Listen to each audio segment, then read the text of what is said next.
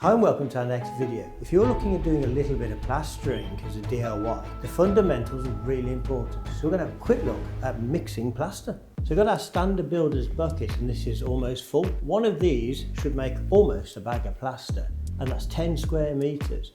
You need 2 coats, so you're probably going to need 2 buckets of water and almost 2 bags of plaster for 10 square meters. So next you need a mixing bucket. We tend to use this fairly solid refiner one, but these flexi buckets are perfect and they're around about £5. Normally we'd mix outside, but if you do have to mix inside, it's best to mix in a different room to the one you're actually plastering in. Doors and windows open and put a mask on. And remember, it's the dust you can't see that's the most dangerous. Okay, so before we start, we're just going to wet the whore.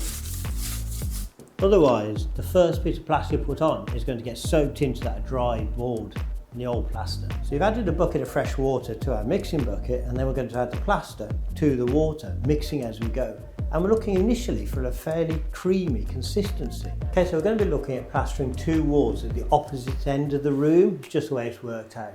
This is old plasterboard.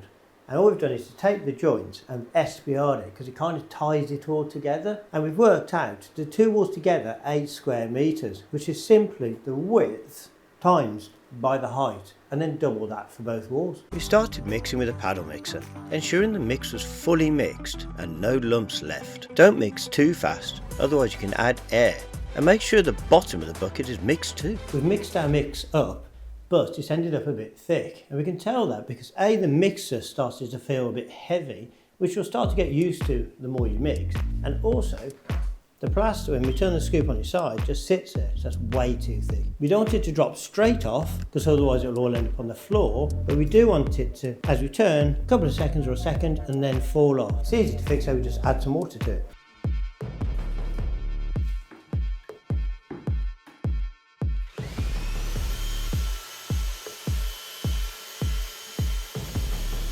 Okay, so we've finished mixing, and now that's definitely better than it was. It's maybe sort of tad thick, but we've got 2 small walls to do.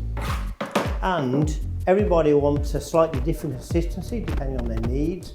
So if it's a small wall or there's lots of imperfections, you might want it slightly thicker. More practice, the more you can judge how you want the consistency. And the last thing to do before actually plastering is just to put some plaster onto the whore and then scrape it off with a trowel. And you want to cover the whore.